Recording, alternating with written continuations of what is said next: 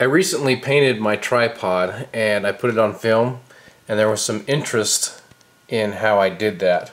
So I thought I'd find something to paint and we'll kind of show you guys how I did it. Just before we move on to that though, you can see the paint that I use on this tripod. It's gonna wear. Now this tripod receives a lot of use, and hard use at that. One of the good things about the camo paint though is that it's, you know, it's easy to touch up this stuff if you're worried about it. I didn't prep this tripod either. I didn't sand it or anything like that or clean it. I didn't do anything. I just spray painted it. The paint that I used is Krylon. This is just something that's really easy to get at Walmart. It's not going to be the least expensive spray paint out there, but that's what I use. So I used 4 colors to do it. I used this flat tan and a flat green color and this flat, let's see if you can tell. So this is a flat black, this is a dark brown color. And you can see they make camouflage paint specifically. So again, I just got these 3 colors coupled with a flat black, and that's what I used to paint the tripod. I kind of like painting. I find it enjoyable, kind of the creation process again. This is what I did to my ammo can with some paint and some stencils. And then I also did that to my Spyderco Tenacious with some paint and stencil work.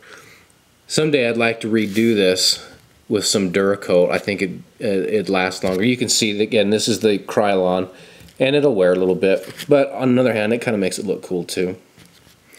So what we're going to paint today is my Spyderco Sharpmaker. This is just the outer covering for it.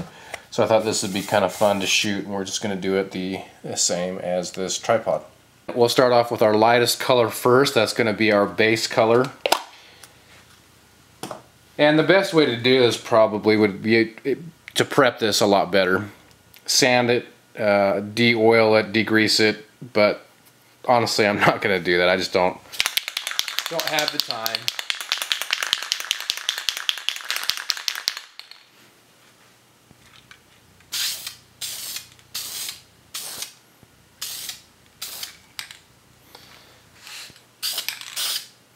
Now what I'm going to do, this video is probably going to take a long time because I don't want to cover it all in one shot. What I'm going to do is just kind of hit it light and then give it several coats of that before I finish it up.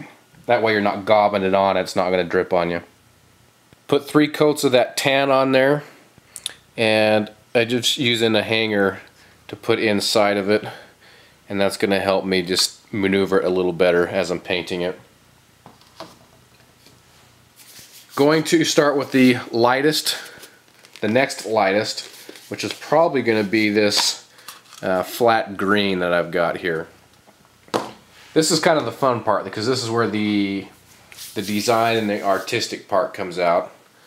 And again, there's no rhyme or reason to this, and being that it's camo, it is kind of hard to screw up, so here we go.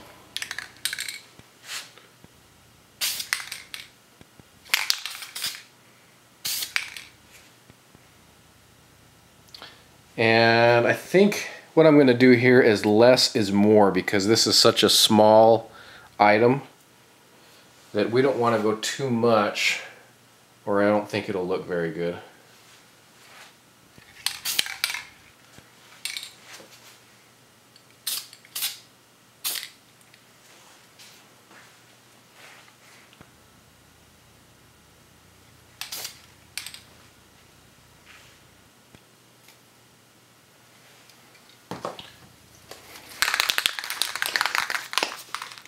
And I'll go with some of this, kind of the brown.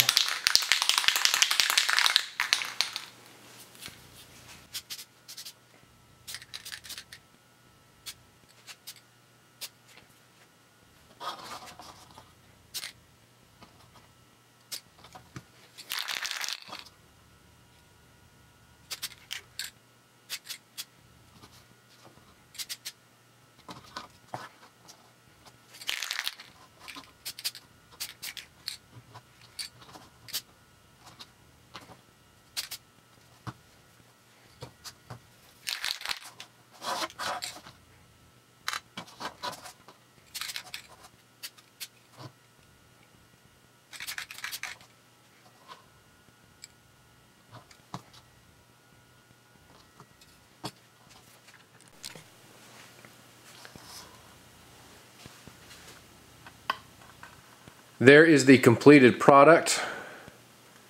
Turned out kind of fun. There's one more thing I might do, but if I do that, I'm going to have to wait until this is completely dry. The drying time on this says it's about 15 minutes, but I find that if I give it a good day or two, that really helps it set in before I start using it. Anyway, kind of turned out fun. I did blast it a little too hard, you can see right here, so I might come back, sand that out, and just touch it up a little bit. But that's the nice thing about doing this camo paint, is that it's really forgiving with that kind of stuff, because it's not a preset pattern, and you know, it's just kind of fun to do. It's just whatever you want it to look like. So that's it. Kind of fun. Alright guys, thanks for watching. I hope this helps and answers some of those questions and interest of the camo paint. We'll talk to you later. Thanks guys.